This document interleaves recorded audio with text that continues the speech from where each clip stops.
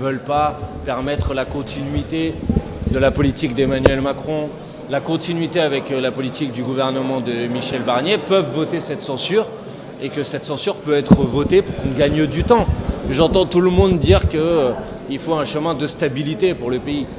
La vérité, c'est pourquoi faire croire que ce gouvernement pourrait arriver à faire ce que Michel Barnier n'a pas réussi à faire la dernière fois. Pourquoi faire perdre encore un mois à la France? Pourquoi dire on va attendre de voir? Je pense que tout le monde a vu.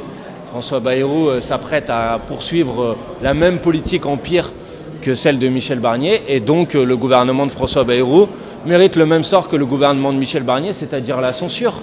Et donc pourquoi nous la déposons? Pour faire valoir nos droits en tant que parlementaires. Nous utilisons le moyen à notre disposition pour dire que la politique de ce gouvernement ne doit pas voir le jour et pour protéger les Françaises et les Français des conséquences qui seront extrêmement néfastes de cette politique. D'abord, c'est jeudi, normalement, le vote de la motion de censure. Ce que je peux d'ores et déjà vous dire, c'est que cette motion de censure, elle est co-signée par des députés insoumis, des députés écologistes, des députés issus du groupe GDR.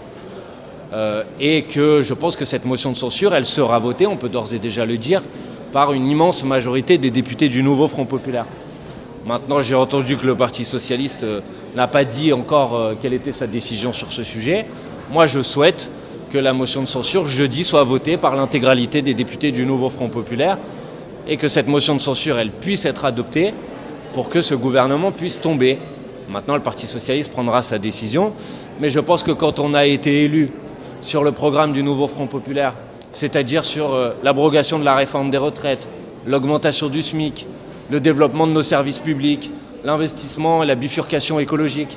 Je pense que rien dans ce qu'a dit et ce qu'a annoncé François Bayrou aujourd'hui ne devrait conduire un député du nouveau Front populaire à ne pas le censurer.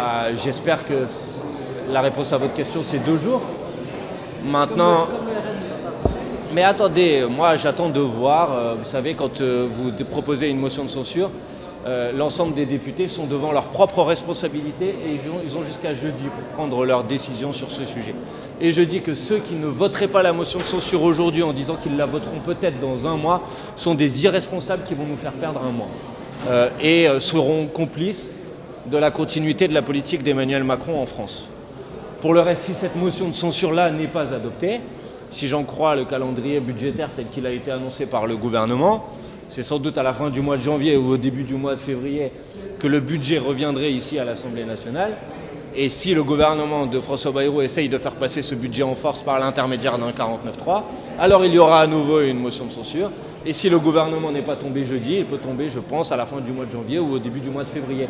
Mais pourquoi perdre 1 mois aujourd'hui, alors que tout le monde sait déjà que les orientations budgétaires qui sont proposées par François Bayrou ne récolteront pas la majorité des députés ici à l'Assemblée nationale. Et moi, parce que je cherche une solution de stabilité pour la France, pour mon pays, je pense qu'il faut arrêter de prendre les gens pour des imbéciles et de conduire à une situation dans laquelle, dans 1 mois, on a un gouvernement à nouveau qui va tomber.